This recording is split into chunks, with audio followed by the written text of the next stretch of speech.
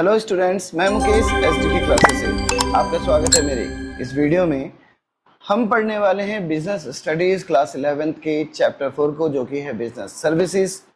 चलिए शुरू करते हैं। Introduction. It has been already stated that commerce consists of trade and auxiliaries to trade.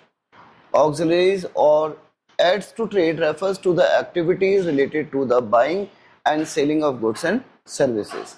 These auxiliaries to trade are also known as business services or facilities.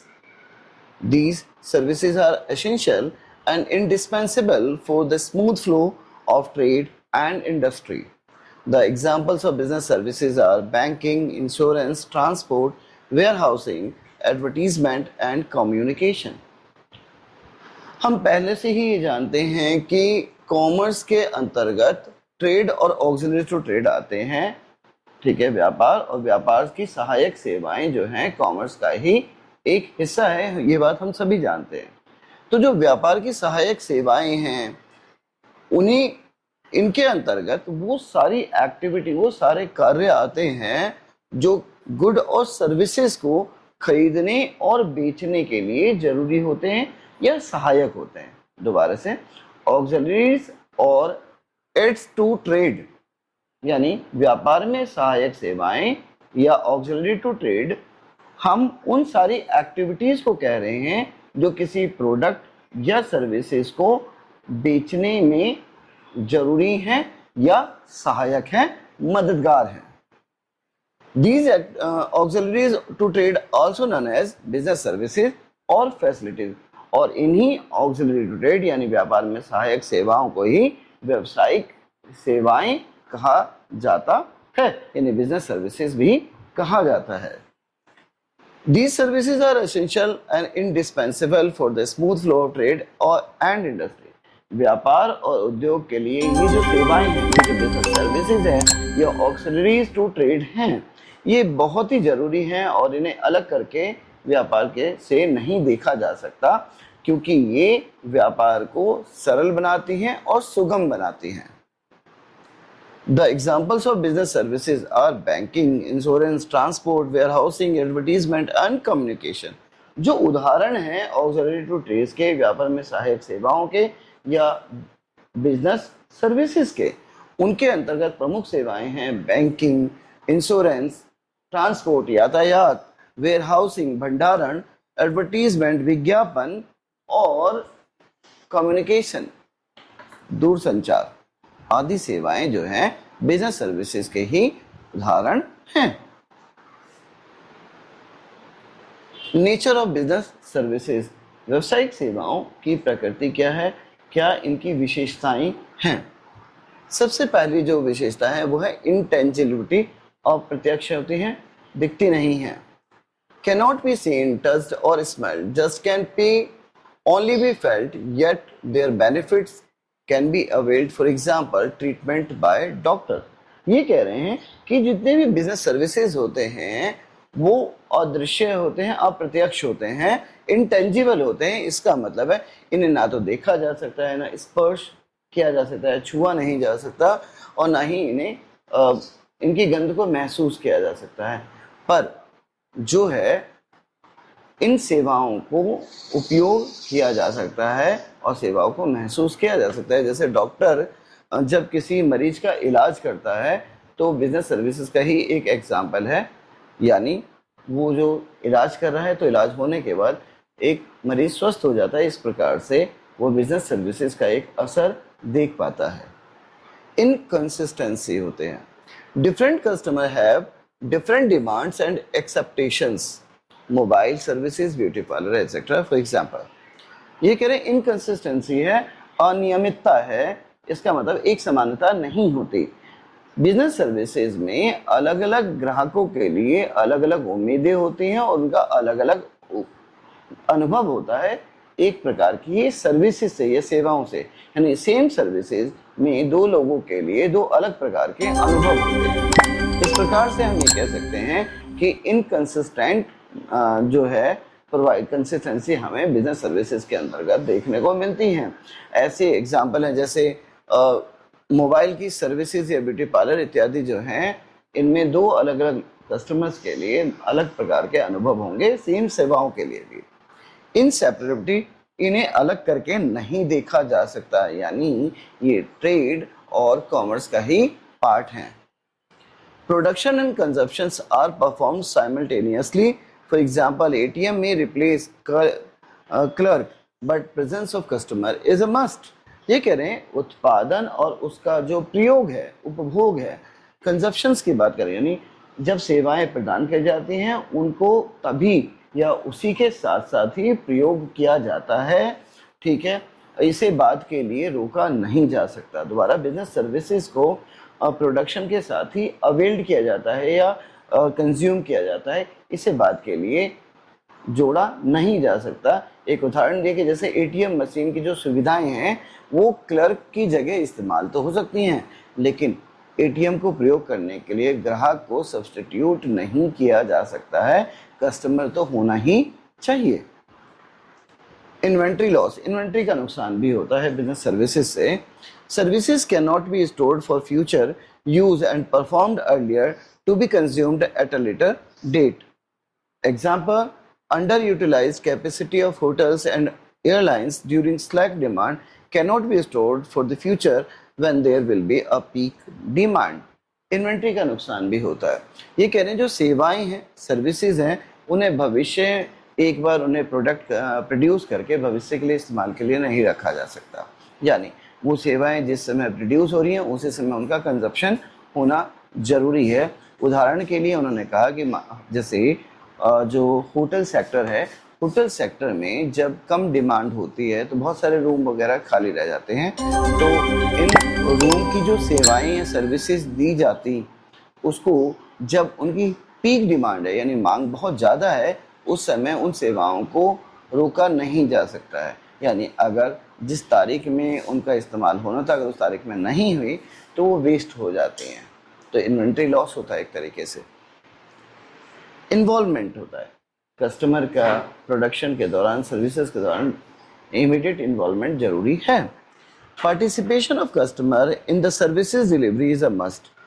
ये कह रहे हैं कि जो ग्राहक है, ग्राहक का पार्टिसिपेशन होना, कस्टमर का पार्टिसिपेशन होना, उसकी भूमिका होना तुरंत सर्विस प्रोडक्शन के दौरान बेहद जरूरी है।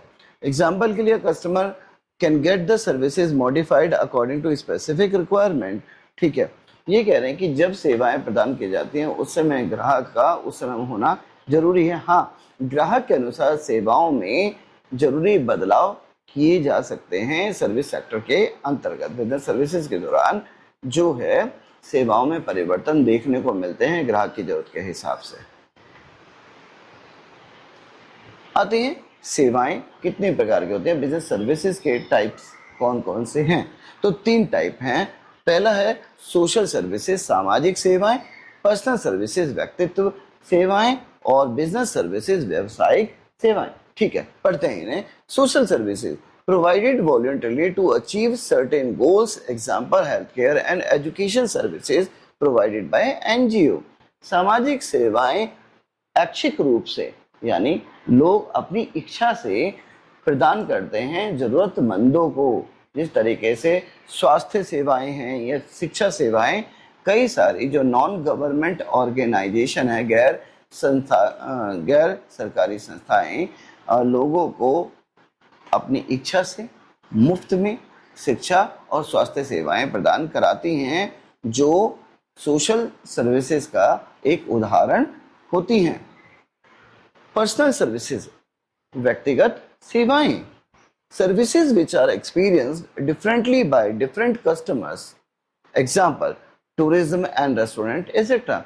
ऐसी सेवाएं जो लोगों को अलग अलग अनुभव प्रदान करती हैं। एक समान सेवाओं के लिए अलग अलग व्यक्तियों के लिए उनका अनुभव अलग अलग होता है, किसी के लिए बेहद अच्छा, किसी के लिए सामान्य।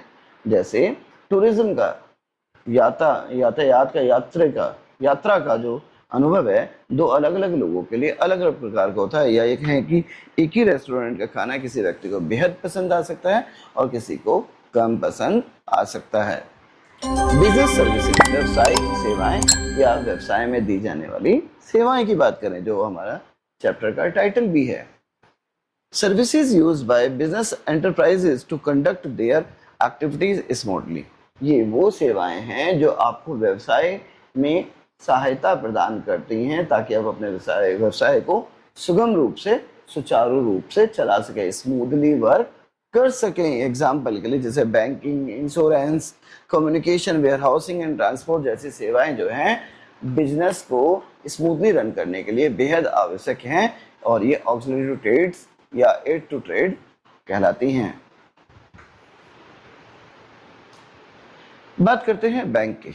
हम जो बिजनेस सर्विसेज हैं उनके बारे में अब बात करने जा रहे हैं। उनमें सबसे पहले बैंक की बात करेंगे। बैंक किस प्रकार से ऑक्सिलरी टू ट्रेड प्रोवाइड करती हैं, एड टू ट्रेड प्रोवाइड करती हैं, किस प्रकार से बिजनेस से सर्विसेज प्रोवाइड करती हैं, इसके बारे में पढ़ने जा रहे हैं। Banks occupy an important position in the modern business world. Bank आज के आधुनिक व्यावसायिक जगत में एक बहुत ही महत्वपूर्ण भूमिका अदा करते हैं। No country can make commercial and industrial progress without a well organised banking system.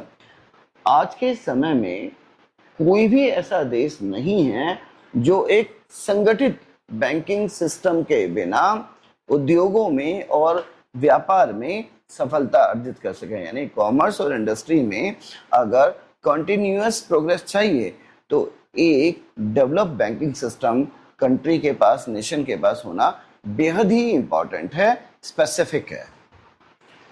Banks encourage the habit of saving among the people. Bank जो है प्रोत्साहित करता है लोगों को सेविंग, बचत करने की आदत डालने में। They mobilize small saving and channelize them into productive uses। आमतौर पे बैंक छोटे छोटे बचतों का एक बहु उपयोग करता है, यानी बहुत ही बेहतर उपयोग कर पाता है और इसका प्रयोग उत्पादन के कार्य में लगाता है। अलग अलग लोगों से डिपॉजिट के तौर पे छोटी छोटी रकमों को इकट्ठा करके एक बड़ी धनराशि को जो है वो प्रोडक्शन पर्पसेस के लिए लोन के तौर पे या इन्वेस्टमेंट के तौर पे प्रोवाइड करता है। तो इस तरीके से छोटी बचत का एक मतलब कई पक्षों वाला प्रयोग कर पाता है ये। Meaning of bank. बैंक के मायने क्या है, बैंक का अर्थ क्या है? A bank is an institution which deals in money and credit. एक बैंक एक ऐसी संस्थान को कहा जाता है जो मुद्रा और साख से संबंधित है, जो पैसों से और लोन से संबंधित है, जो कर्ज देने का कार्य करता है और पैसों के रखरखाव का कार्य करता है। मनी और क्रेडिट का कार्य करने वाली संस्थान को बैंक कहा जाता है। It collects deposits from the public and supplies credit, thereby facilitating exchange.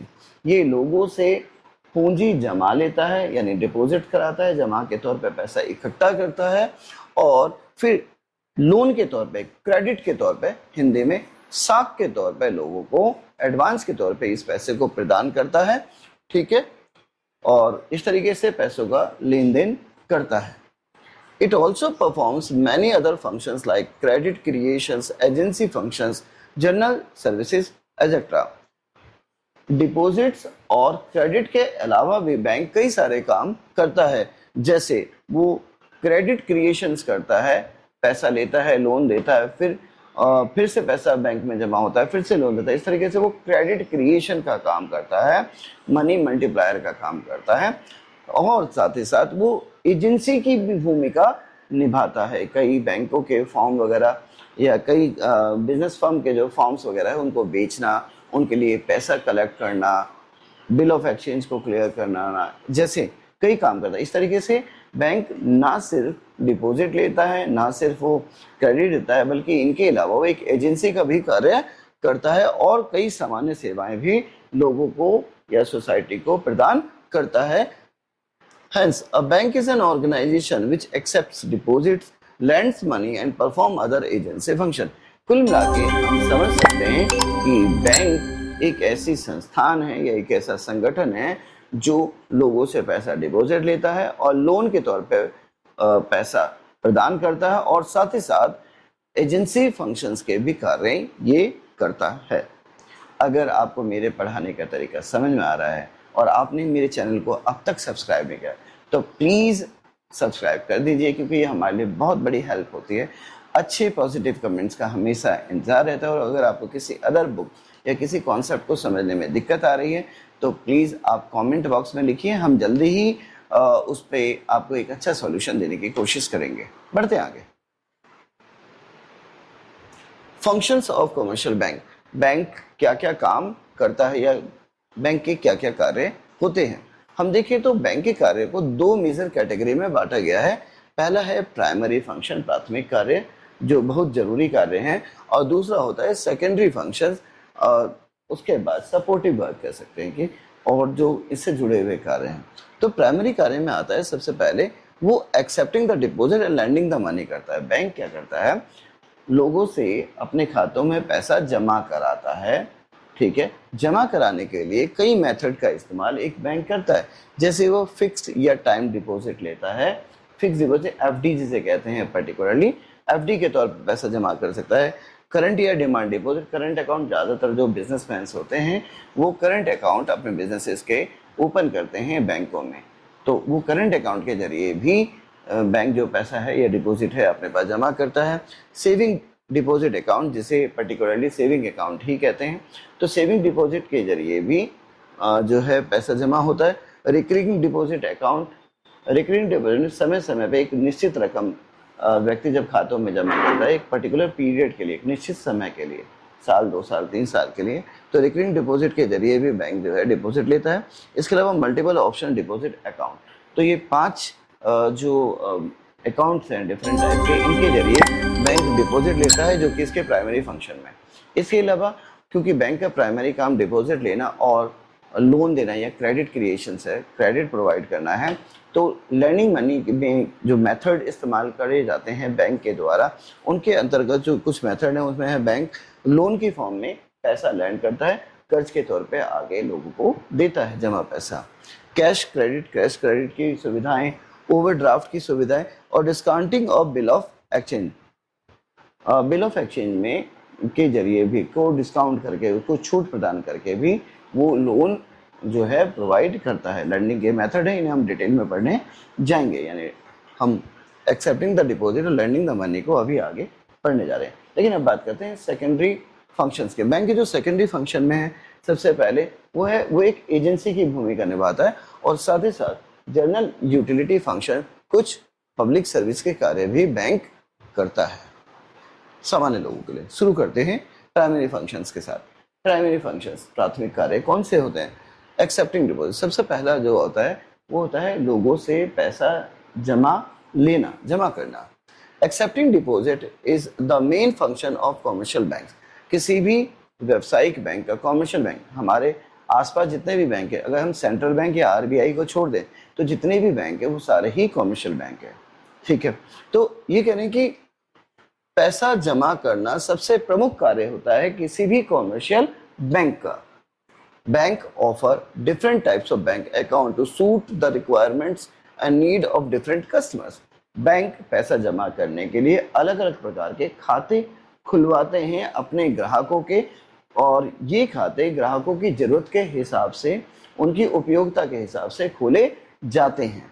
कुछ जो बैंक खाते हैं अलग अलग प्रकार के, उनमें सबसे पहला और प्रमुख जो एक प्रकार है वो है फिक्स डिपॉजिट अकाउंट। पर्टिकुलरली इसे हम एफडी कहते हैं या टाइम डिपॉजिट कहते हैं। इसके अंतर्गत एक रकम को एक निश्चित समय के लिए रखा जाता है, उस पर एक ब्याज की दर तय होती है, और उसे ब्याज की दर से मैच्योरिटी पीरियड, एक निश्चित समय के बाद जो जमा करता है, जो पैसा जमा करने वाला कस्टमर है या अकाउंट में जो पैसा डिपॉजिटर है, वो अपना पैसा विड्रॉ कराता है ब्याज समेत। Money is deposited in the account for a fixed period is called fixed deposit account. जब पैसा किसी खाते में एक निश्चित समय अवधि के लिए जमा किया जाता है तो इसे फिक्स डिपॉजिट अकाउंट कहा जाता है। After expiry of a specified period, जब ये वक्त पूरा हो जाता है, जो निश्चित समय है जब पूरा हो जाता है, जिसे मैच्योरिटी पीरियड कहते हैं, person can claim his money from the bank. तो मैच्योरिटी पीरियड के कंप्लीट होने के बाद या इस टाइम पीरियड के पूरे होने के बाद जो निश्चित किया गया था, व्यक्ति अपने पैसे के लिए दावा कर सकता है, क्लेम कर सकता है। Usually the rate of interest is maximum in this account. आमतौर पे एफडी पे देने वाली जो ब्याज है, मिलने वाली ब्याज जो है वो काफी ऊंची रखी जाती है, ज्यादा ब्याज दिया जाता है। The longer the period of deposit, the higher will be the rate of interest on deposit. जितना ज़्यादा समय के लिए एफडी में पैसा जमा रहेगा, उतना ही ऊंची दर से रेट ऑफ इंटरेस्ट जो है वो उतना ही हायर रखा जाता है एफडी अकाउंट के अंतर्गत। दूसरा है current deposit account. Current deposit account आमतौर पे बिजनेसमैन के लिए खोला जाता है। ये कहें कि व्यवसायों के जो खाते होते हैं वो करंट डिपॉजिट वाले होते हैं, क्योंकि इन्हें फ्रिक्वेंट मनी डिपॉजिट और विड्रॉ करनी होती है। आमतौर पे जो पैसे का लेन देन है वो चेक के माध्यम से होता है, और अब तो ऑनलाइन की भी सुविधाएं प्रदान की जाने लगी हैं इन खातों में।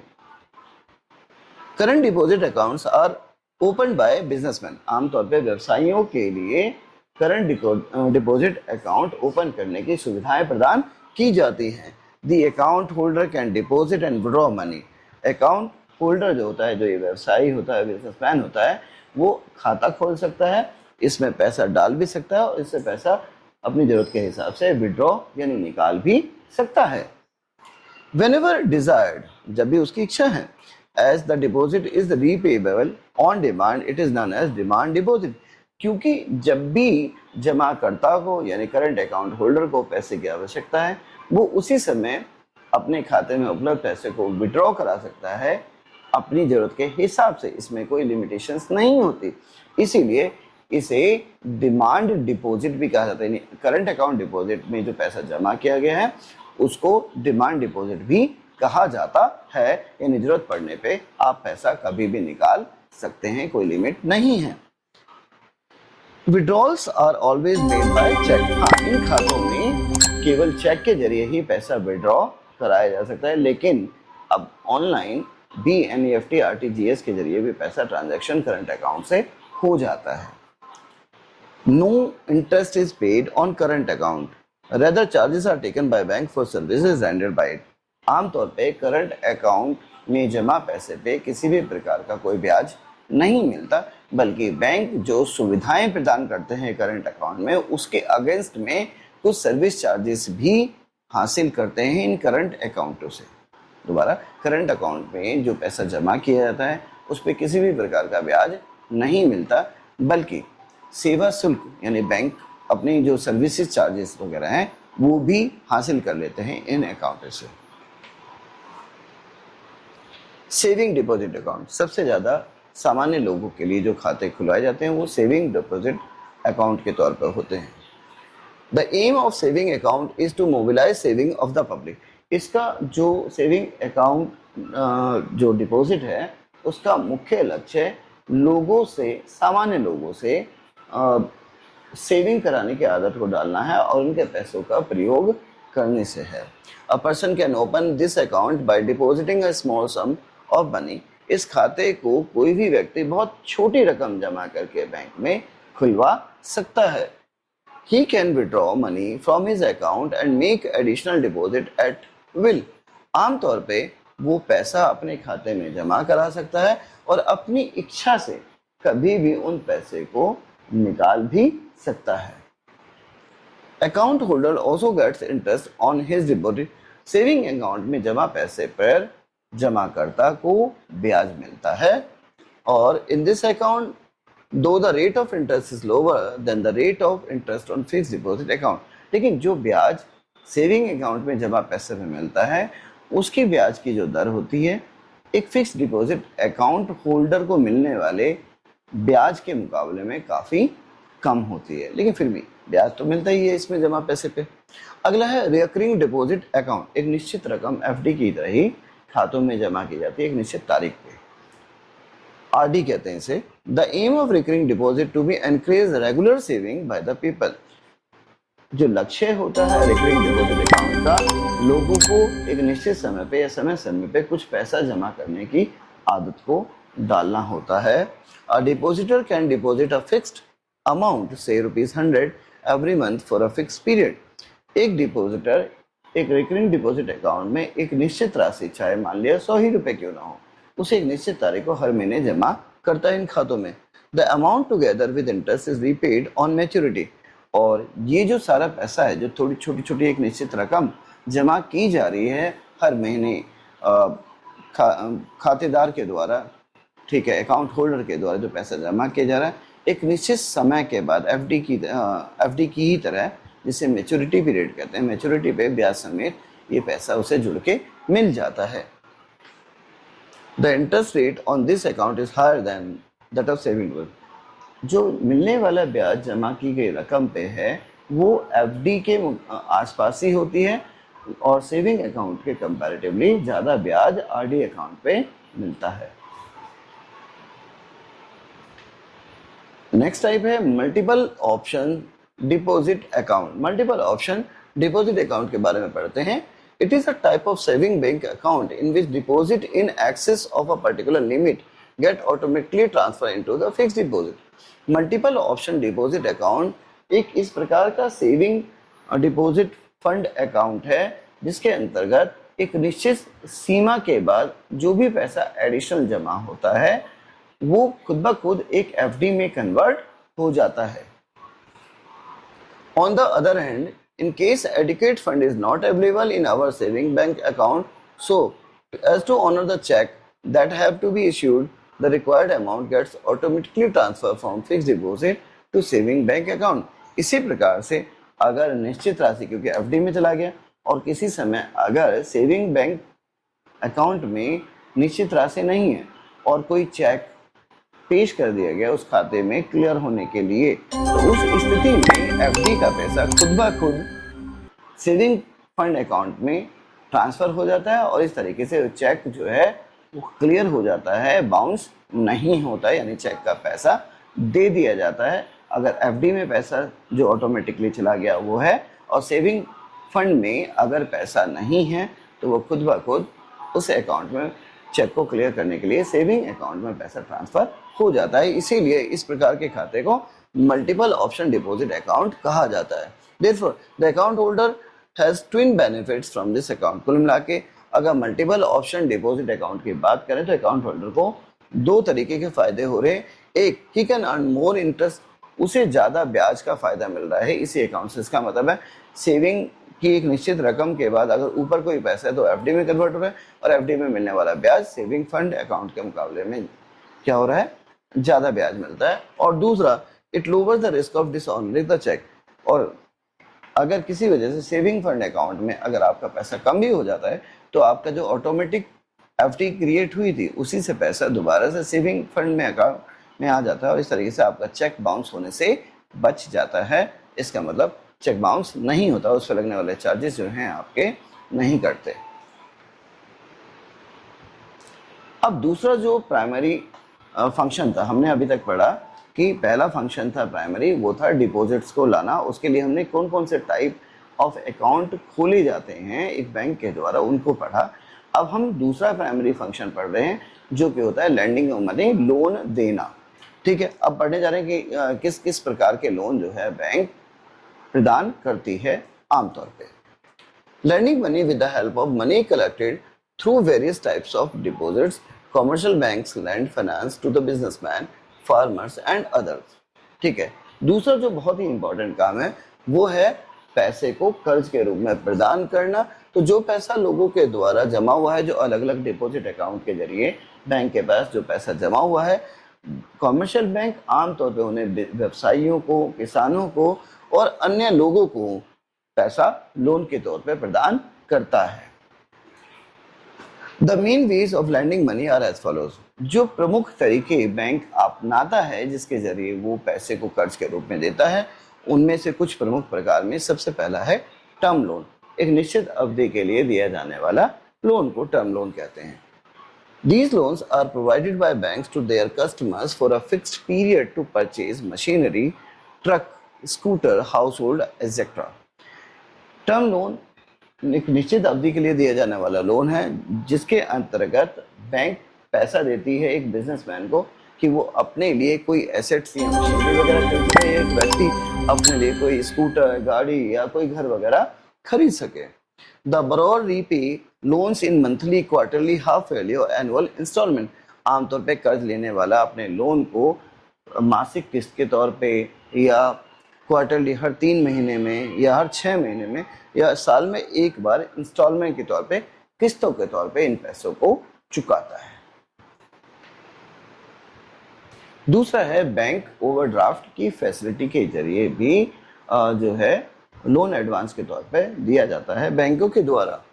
The customer who maintains a current account with the bank takes permission from the bank to withdraw more money than deposit in account. एक ग्राहक जिसने अपना करंट अकाउंट किसी बैंक के साथ खुलवा रखा है, वो इस बात की परमिशन ले पाता है बैंक से कि अगर उसके खाते में कम पैसा है और उसे ज़्यादा पैसा विड्रॉ करना है किसी चेक को क्लियर कराने के लिए, तो बैंक एक निश्चित सीमा तक उसे ये परमिशन दे सकता है। हाँ, इसके लिए खाता करंट अकाउंट होना ही जरूरी है।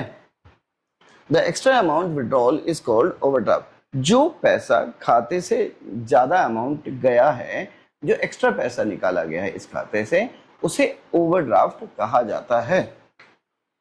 This facility is available to trustworthy customer for a small period. Overdraft की जो फैसिलिटी है आमतौर पर भरोसेमंद ग्राहकों को कम अवधि के लिए प्रदान की जाती है। This facility is usually given against the security of some assets और on the personal security of the customer. ये जो फैसिलिटी है आमतौर पे ग्राहक को किसी एसेट को सिक्योरिटी के तौर पर रखकर या वो व्यक्तिगत खुद की ही अपनी एक सिक्योरिटी लिख के देता है, उसके अगेंस्ट में ओवरड्राफ्ट फैसिलिटी दी जाती है। Interest is charge on the actual amount overdrawn by the customer. एक और बात है, जो ओवरड्राफ्ट का जो अमाउंट होता है उस पे ग्राहक एक निश्चित ब्याज प्रदान करता है बैंक को। ओवरड्राफ्ट अमाउंट प्रयोग करने के अगेंस्ट में ग्राहक अमाउंट के साथ साथ, यानी जो जितना पैसा या प्रिंसिपल अमाउंट विड्रॉ किया है के अलावा एक निश्चित ब्याज जो बैंक के द्वारा तय की गई है, वो इसे भी पे करता है बैंक को। अगला है कैश क्रेडिट। एक और मीडियम है लोन देने का। कैश क्रेडिट में under this arrangement the bank advances cash loan up to a specific limit against current assets and other securities. इस व्यवस्था के अंतर्गत बैंक एक नगद लोन प्रोवाइड करता है और उसके एक निश्चित सीमा तक कि कितना पैसा विड्रॉ किया जा सकता है लोन लेने वाले के द्वारा, ठीक है। और इसके अगेंस्ट में कोई करंट एसेट, आमतौर पे share, debentures, bill of exchange जैसी चीजें जो हैं सिक्योरिटी के तौर पर रखी जाती हैं बैंक के द्वारा। The bank opens an account in the name of the borrower and allows him to withdraw the borrowed money from time to time subject to the sanction limit। ये करें, बैंक इस ऐसा कैश क्रेडिट प्रोवाइड करने के लिए एक खाता बरोवर के नाम का, कर्जदार के नाम का एक खाता बैंक में खोल देती है और एक निश्चित रकम समय समय पर बरोवर जो है, कर्जदार जो है, वो इस खाते से विड्रॉ करा सकता है जितनी की लिमिट उसे प्रदान की गई है उतने के लोन की। Interest charge on the amount actually withdrawal. जो ब्याज लगता है वो सिर्फ उतने ही पैसे पे लगता है जितना पैसा बरोवर ने एग्जैक्टली इस लोन अकाउंट से विड्रॉ किया है। यानी पूरे लोन अमाउंट पे ना लग के सिर्फ जितना पैसा बरोवर ने यूज किया है सिर्फ उतने ही पैसे पे ब्याज देना पड़ता है बरोवर को, कर्ज लेने वाले को। अगला है discounting of bill of exchange. विनिमय साधनों पे दी जाने वाले छूटों के जरिए भी, बिल ऑफ एक्सचेंज पे डिस्काउंट के जरिए भी बैंक जो है पैसा कमाता है, लोन प्रोवाइड करता है। Under this, a bank gives money to its customers on security of a bill of exchange before the expiry of bill of exchange in easy of customers needs it। ये कह रहे हैं इस व्यवस्था के अंतर्गत, यानी discounting of bill of exchange के अंतर्गत एक बैंक अपने ग्राहक को सिक्योरिटी में बिल ऑफ एक्सचेंज रखते हुए पैसा दे देता है और बिल ऑफ एक्सचेंज से कुछ रकम जो है वो काट लेता है एक ब्याज के तौर पे, जिसे discounting of bill of exchange कहा जाता है। For this service bank charges discount for the remaining period of the bill. जितने समय के लिए वो बिल बाकी है उतने समय के लिए वो कुछ पैसा ब्याज के तौर पे काट लेता है, कमीशन के तौर पे काट लेता है। इस तरीके से हमने अभी प्राइमरी फंक्शंस के बारे में बात करी जो बैंक परफॉर्म करते हैं। पहला डिपॉजिट्स के बारे में बात करी, दूसरा लैंडिंग ऑफ मनी के बारे में बात करी। हमने ये जाना कि कौन कौन से डिपॉजिट अकाउंट्स है जिनके जरिए पैसा डिपॉजिट के तौर पर बैंक लेता है, कमर्शियल बैंक लेता है, और कौन कौन से फॉर्म है जिनके जरिए जो है बैंक पैसा डिवाइड करता है। अब हम बैंक के सेकेंडरी फंक्शंस के बारे में आगे पढ़ने जा रहे हैं। Secondary function, this secondary function of commercial banks are under, जो सेकेंडरी फंक्शन है उनमें सबसे पहला फंक्शन है उसका एजेंट फंक्शन। वो एक एजेंट की भूमिका में भी कार्य करता है। As an agent of its customer a commercial bank provide the following service. एक एजेंट के तौर पे, अपने ग्राहकों के एजेंट के तौर पे बैंक जो है निम्नलिखित सेवाएं प्रदान करता है। पहला, collecting bill of exchange, promissory notes and cheques. Bank agent के तौर पे अपने कस्टमर के लिए चेक को अपने पास रिसीव करता है, बिल ऑफ एक्सचेंज को भी रिसीव करता है, और प्रोमिसरी नोट जैसी चीज़ों को या एक फाइनेंशियल इंस्ट्रूमेंट को वो कलेक्ट करता है। अपने ग्राहक के लिए बैंक एक एजेंसी की भूमिका के तौर पर उसके नाम पे आए हुए bill of exchange, promissory notes हो या कोई और फॉर्म ऑफ फाइनेंशियल इंस्ट्रूमेंट हो, उसको वो कलेक्ट करने का कार्य भी करता है। Collecting dividends and interest etcetera. इसके अलावा बैंक जो है अपने कस्टमर के तौर पे जो उसे इंटरेस्ट गेन आता है किसी भी फॉर्म में, या जो डिविडेंड उसे मिलता है शेयर में निवेश करने की वजह से, पर्टिकुलरली इन डीमैट अकाउंट में, वो उसको भी कलेक्ट करने का काम करता है। यानी कस्टमर के प्रॉफिट के तौर पे जो उसे इंटरेस्ट मिला या जो डिविडेंड मिला उसको कलेक्ट करने का, रिसीव करने का काम भी बैंक करता है। Buying and selling shares, debentures and other security. इसके अलावा बैंक जो है बेचता और खरीदता है शेयरों को, डिबेंचर्स को और अन्य प्रकार की सिक्योरिटीज को अपने कस्टमर के जगह पे एक एजेंसी के तौर पर, यानी अपने कस्टमर के लिए बैंक शेयर को बेचने का, डिबेंचर को बेचने का या किसी अदर सिक्योरिटी फॉर्म को बेचने और खरीदने का भी कार्य करता है। Payment of interest, insurance premium etcetera. Bank इसके अलावा अपने कस्टमर के बिहाफ पर, अपने जो खाता धारक के बिहाफ पर इंटरेस्ट पेमेंट और अदर यूटिलिटी बिल्स की जो पेमेंट वगैरह है वो भी करने का कार्य करता है। Transferring funds from one branch to another and from one place to another. Bank अपने कस्टमर के बिहाफ पर जो पैसा है उसके खाते से किसी अन्य खातों में एक जगह से दूसरी जगह भेजने का भी काम करता है, जो कि एक एजेंसी फंक्शन का ही कार्य माना जाता है। Acting as an agent of representative while dealing with the bank and financial institution. ये एक एजेंट के तौर पे अपने आप को एक एजेंट के तौर पे खुद को रखता है और बैंकों और किसी फाइनेंशियल इंस्टीट्यूशन के सामने। A commercial bank perform the above function on the behalf as per the instruction of its customer. जितने भी हमने पॉइंट्स देखे, जितने भी काम हैं, अपने ग्राहक के साथ हुए समझौते के आधार पर बैंक इन सारे कामों को करता है या उसके निर्देशों के अनुसार ही बैंक कार्य करता है। ठीक है, अल्ट्रा वायरस नेचर का कुछ भी नहीं करता। सिर्फ with in the frame of contract जो होगा उसी के आधार पर बैंक काम करता है। दूसरा जो सेकेंडरी फंक्शन में था वो था जनरल यूटिलिटीज फंक्शन। तो अब हम ये पढ़ने जा रहे हैं कि जनरल यूटिलिटी फंक्शन के अन्य उपयोगी कौन कौन से कार्य हैं जो बैंक करता है। तो सबसे पहले है providing lockers for safe custody of jewellery and other valuable of the customers. Bank अपने ग्राहकों को लॉकर की सुविधा भी प्रदान करता है जहाँ पे ग्राहक अपने जो जरूरी कागजात वगैरह हैं और अपने सोने चांदी के जो गहने हैं उन गहनों को भी सुरक्षित तौर पे बैंकों में जमा रखता है। Giving references about the financial position of the customer. Bank इस बात की भी जानकारी प्रदान करता है कि ग्राहक की आर्थिक स्थिति कैसी है। ठीक है, ये डिटेल प्रोवाइड कर पाता है कि बैंक जो इकोनॉमिकली अभी कितना साउंड कर रहा है। Providing information to customer about the creditworthiness of other करें।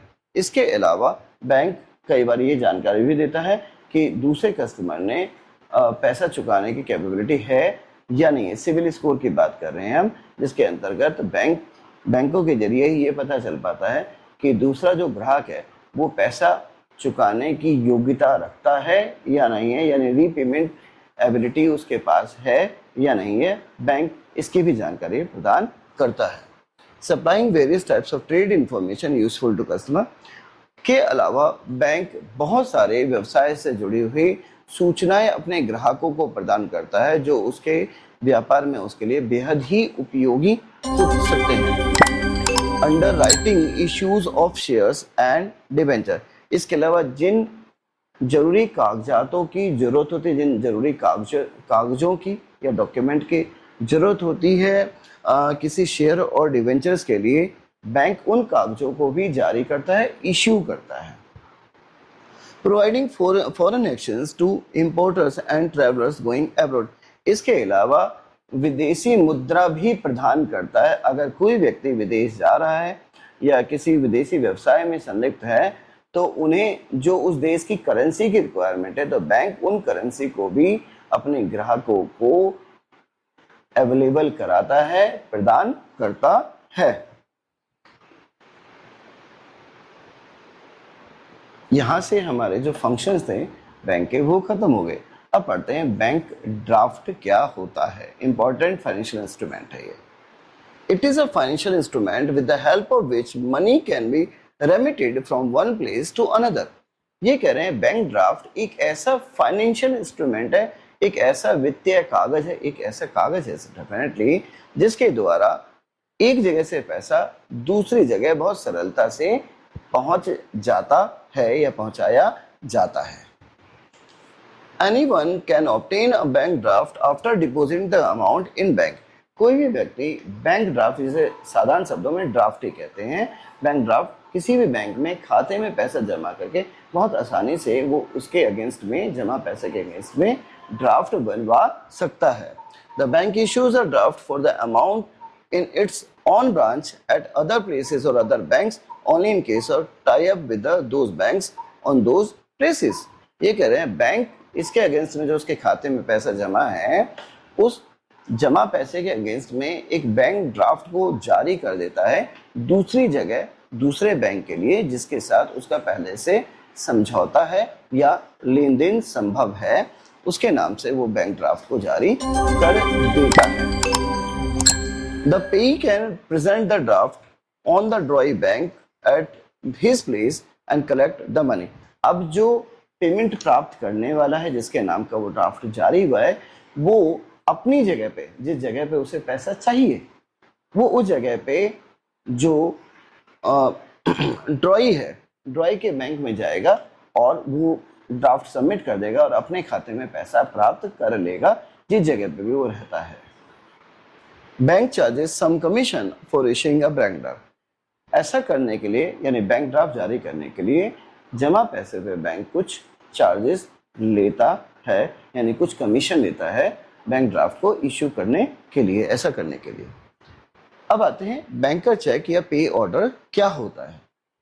चेक की बात करें, सिंपल चेक को ही बैंकर्स चेक या पे ऑर्डर कहते हैं।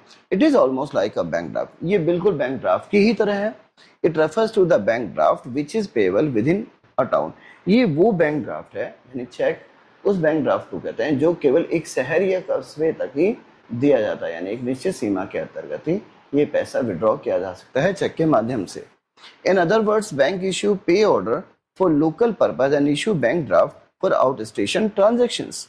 कुल मिला के अगर हम कहें तो जो बैंक है चेक का इस्तेमाल सिर्फ स्थानीय पर्पस के लिए करता है, जब ये ड्राफ्ट को जो है वो एक जगह से दूसरी जगह पैसा प्रदान करने के लिए इस्तेमाल करता है। यानी बैंक ड्राफ्ट तो है आउट स्टेशन के लिए, अगर आप शहर से बाहर या राज्य से बाहर भी पैसा भेजना चाहते हैं या प्राप्त करना चाहते हैं तो बैंक ड्राफ्ट का इस्तेमाल करते हैं।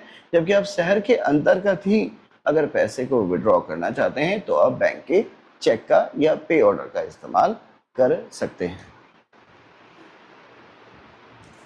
अब आते हैं इलेक्ट्रॉनिक बैंकिंग सर्विसेज या ई बैंकिंग की बात करें, जो मौजूदा समय में बहुत ही ज़्यादा इम्पॉर्टेंट टॉपिक है आपके बोर्ड एग्जामिनेशंस के लिए कि ई बैंकिंग होती क्या है, इलेक्ट्रॉनिक बैंकिंग सेवाएं क्या होती हैं, हम इसके बारे में पढ़ने जा रहे हैं। Use of computers and internet in the functioning of the banks is called electronic banking. जब आप कंप्यूटर का और इंटरनेट की सेवाओं का इस्तेमाल बैंक के कार्यों को पूरा करने के लिए करते हैं तो इस स्थिति को ई बैंकिंग, इलेक्ट्रॉनिक बैंकिंग कहा जाता है। दोबारा से, जब आप कंप्यूटर और इंटरनेट के इस्तेमाल से बैंक के कार्यों को पूरा करते हैं, बैंक के फंक्शंस को परफॉर्म कर पाते हैं अपने कंप्यूटर और इंटरनेट के जरिए, तो इस स्थिति को ई बैंकिंग कहा जाता है। Because of these services the customers don't need to go bank every time for every transaction. E banking की वजह से ही या ई बैंकिंग सेवाओं की वजह से ग्राहक को हर समय या हर बार लेन देन के लिए अपने फिजिकल बैंक में नहीं जाना पड़ता। He can make transactions with the bank at any time and from any place. वो बैंक से ट्रांजैक्शन को किसी भी समय और किसी भी जगह रहते हुए कर सकते हैं। ई बैंकिंग की सेवाओं को आप देश में कहीं से भी कर सकते हैं, आपको इसके लिए बैंक जाने की ज़्यादा आवश्यकता नहीं होती। The chief electronic services are as following. आमतौर पे ई बैंकिंग में जो सेवाएं प्रदान की जाती हैं उनमें जो प्रमुख सेवाएं हैं उनमें सबसे पहला है इलेक्ट्रॉनिक फंड ट्रांसफ़र। आप अपने खाते से बहुत सरलता से ऑनलाइन ही पैसा दूसरे खातों में भेज सकते हैं। Under it a bank transfer wages and salaries directly from the company's account to accounts of employees of the company. Electronic fund transfer के जरिए कई कंपनियां अपने खातों से सीधे तौर पे अपने कर्मचारी या एम्प्लॉय के खातों में उनकी सैलरी या वेजेस को भेजती हैं। यानी इस व्यवस्था के अंतर्गत, इस सिस्टम के अंतर्गत कंपनियां अपने खातों से, अपने बैंक के खातों से अपने जो एम्प्लॉय हैं उनके खातों में उनकी तनख्वाह या जो वेजेस बनते हैं या देनदारी बनती है उनका भुगतान करते हैं। The other example of EFTR online payment of electricity bill, water bill, insurance premium, house tax etcetera. इसके अलावा जब हम किसी बिजली के बिल को, टेलीफोन के बिल को या कोई भी किसी भी प्रकार का जो पेमेंट है ऑनलाइन करते हैं, वो सारी ही इलेक्ट्रॉनिक फंड ट्रांसफर के अंतर्गत आते हैं। दूसरा है ऑटोमेटिक टेलर मशीन। ATMs का इस्तेमाल हम डेबिट कार्ड और क्रेडिट कार्ड का इस्तेमाल ATM मशीन्स पे करते हैं कैश को विड्रॉल करके। तो ऑटोमेटिक टेलर मशीन जो है वो भी जो है ई बैंकिंग की ही एक फैसिलिटी है। ATM is automatic machines that is with the help of which money can be withdrawn or deposited by inserting the card and entering personal identity number. This machine operates for all the 24 hours. ATM machine एक automatic teller machine है जिसके द्वारा पैसों को निकासी भी की जा सकती है, निकाला भी जा सकता है और पैसों को खातों में जमा भी किया जा सकता है 24 घंटे। इसके लिए आपको अपने डेबिट या क्रेडिट कार्ड की जरूरत पड़ेगी और आपको पिन की रिक्वायरमेंट होती है पैसे को विड्रॉल या डिपॉजिट करने के लिए। पिन का जो फुल फॉर्म है पर्सनल आइडेंटिटी नंबर होता है। तीसरा है ई सर्विसेज में डेबिट कार्ड का बहुत प्रयोग होता है। A debit card is issued to customers in lieu of his money deposit in the bank. एक डेबिट कार्ड जारी किया जाता है बैंक के द्वारा उस खाते के अगेंस्ट में जिसके अंतर्गत ग्राहक ने अपना पैसा खाते में जमा किया। यानी जिस खाते में एक कस्टमर ने अपने मनी को डिपॉजिट किया है उस डिपॉजिट अकाउंट के अंतर्गत पैसों को लेन देन करने के लिए एक डेबिट कार्ड बैंक के द्वारा अपने कस्टमर को प्रोवाइड किया जाता है। The customers can make immediate payment of goods purchased or services obtained on the basis of his debit card provided the terminal facility is available with seller. एक ग्राहक जो है तुरंत ही भुगतान कर सकता है वस्तुओं और सेवाओं की अपने डेबिट कार्ड का इस्तेमाल करके सेलर को पॉज मशीन के द्वारा, आजकल स्वाइपिंग मशीन्स होती हैं उसके द्वारा, यानी पॉज मशीन की मदद से एक ग्राहक अपने खाते से सीधा पैसा डेबिट कार्ड की मदद से सेलर को या पेमेंट कर सकता है इस सर्विसेज का यूज करके। अगला क्रेडिट कार्ड है। A bank issues a credit card to those of its customers who enjoy good reputation. एक बैंक क्रेडिट कार्ड जारी करता है अपने उन ग्राहकों को जो उसके लिए वैल्यूएबल ग्राहक होते हैं। It is a sort of overdraft facility. एक तरीके का ओवरड्राफ्ट फैसिलिटी है जो बैंक के द्वारा अपने ग्राहकों को दी गई है। With the help of this card the holder can buy goods and obtain services up to a certain amount even without having sufficient deposit in their bank accounts.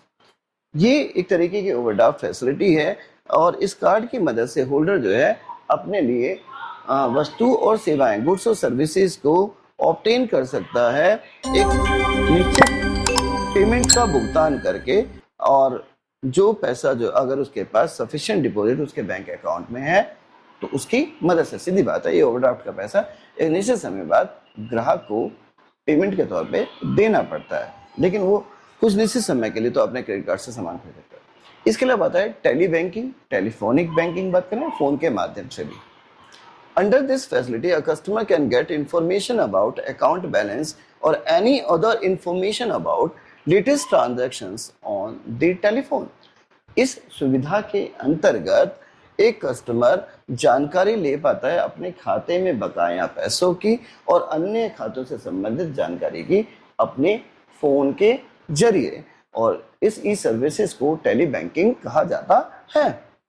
Core banking, CBS की बात कर रहे हैं।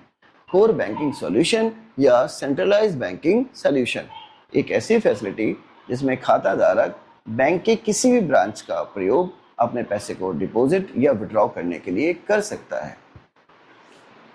In this system, customer by opening a bank account in one branch which has CBS facility can operate the same account in all CBS branches of the same bank anywhere across the country.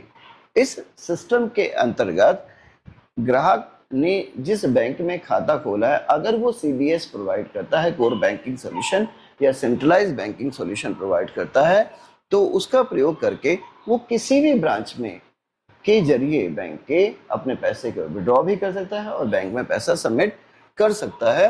It is immaterial with which branch of the bank the customer deals with when he or she is a CBS branch customer. ये भी है कि फिर इसके बाद कोई सवाल नहीं रह जाता है कि बैंक का किस ब्रांच में खाता खोला है। अगर उसे सीबीएस कोर बैंकिंग सॉल्यूशन सुविधा मिली हुई है तो खाता धारक के लिए ये बात कोई मायने रखती कि उसने किस ब्रांच में बैंक के खाता खोला है, क्योंकि वो एक CBSE core banking solution customer है। National electronic fund transfer NEFT की हम बात कर रहे हैं, बहुत ही ज़्यादा प्रयोग किया जाता है आजकल। NEFT refers to a national-wide system that facilitates individuals, firms and companies to electronically transfer funds from any branch to any individual, firm or company having an account with any other bank branch in the country. NEFT national electronic fund transfer का मतलब है कि आपने पूरे देश के अंतर्गत एक ऐसी सुविधा प्रदान की गई है जिसमें खाता धारक, चाहे वो एक कोई व्यक्ति हो, चाहे वो कोई कंपनी हो, चाहे वो कोई फर्म हो, उद्यम हो, वो अपने खाते से पैसे को किसी दूसरे व्यक्ति, इंडिविजुअल, किसी फर्म या किसी कंपनी के खाते में पैसा ऑनलाइन ट्रांसफर कर सकती है यदि दूसरे इंडिविजुअल, फर्म या कंपनी के पास भी कोई एक खाता बैंक में ओपन है तब। NEFT settles transactions in batches. NEFT का जो पैसा है बैचेस में जाता है, यानी ये एक निश्चित समय पे जाता है, हर घंटे, हर 2 घंटे में ये पैसा जाता है, 1 बजे, 2 बजे, 12 बजे, ऐसे करके।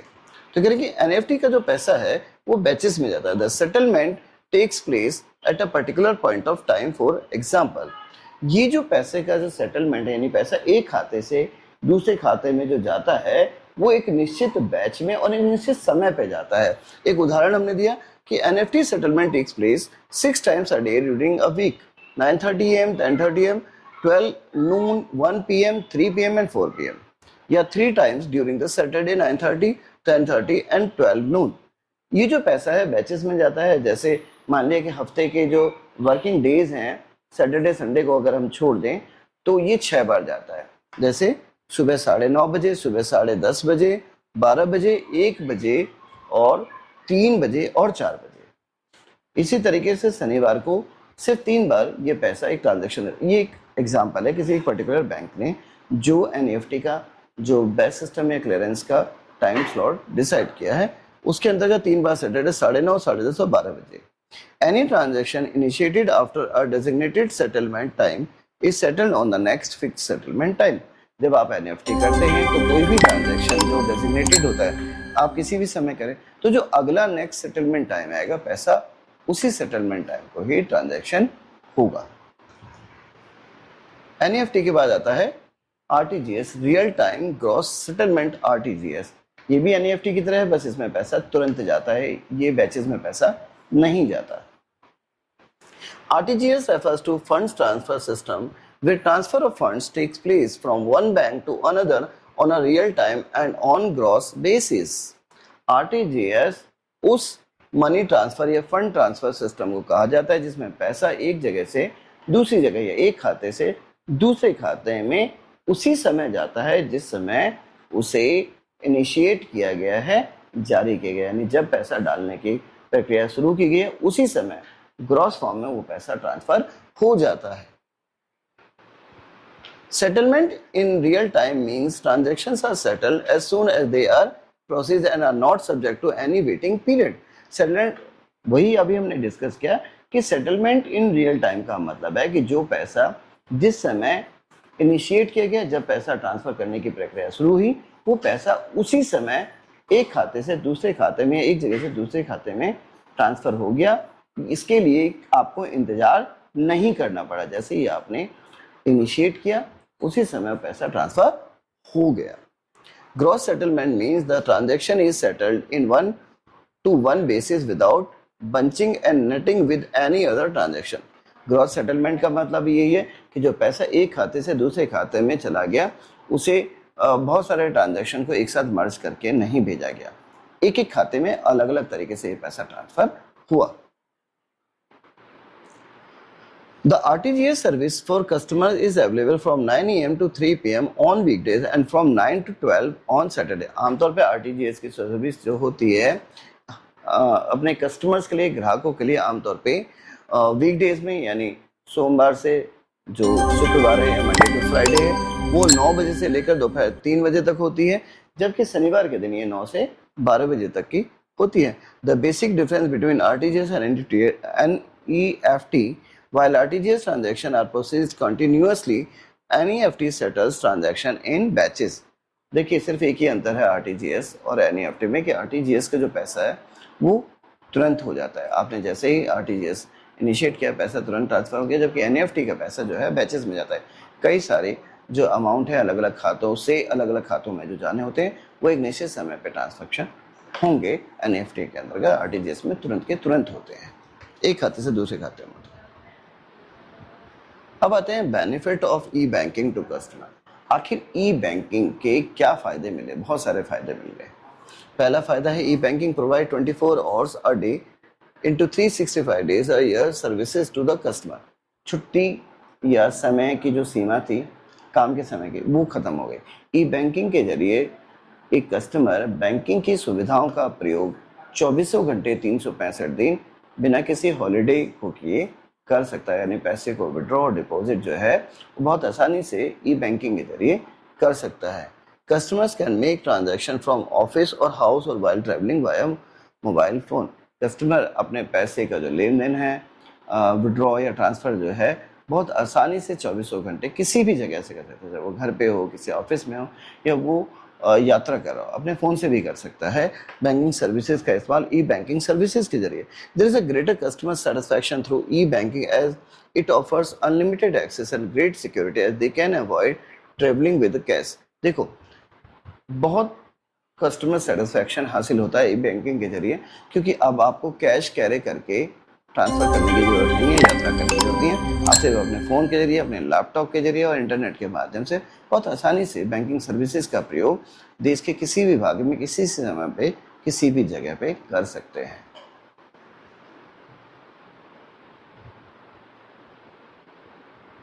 Thank you. आपको मेरे पढ़ाने का तरीका समझ में आया तो आप प्लीज़ मेरे इस चैनल को अगर सब्सक्राइब नहीं किया तो सब्सक्राइब कर दीजिए, एक लाइक करना बनता है और आप और अच्छे वीडियोस हमारे इस चैनल पे देख सकते हैं। मिलते हैं नेक्स्ट वीडियो में, बाय बाय।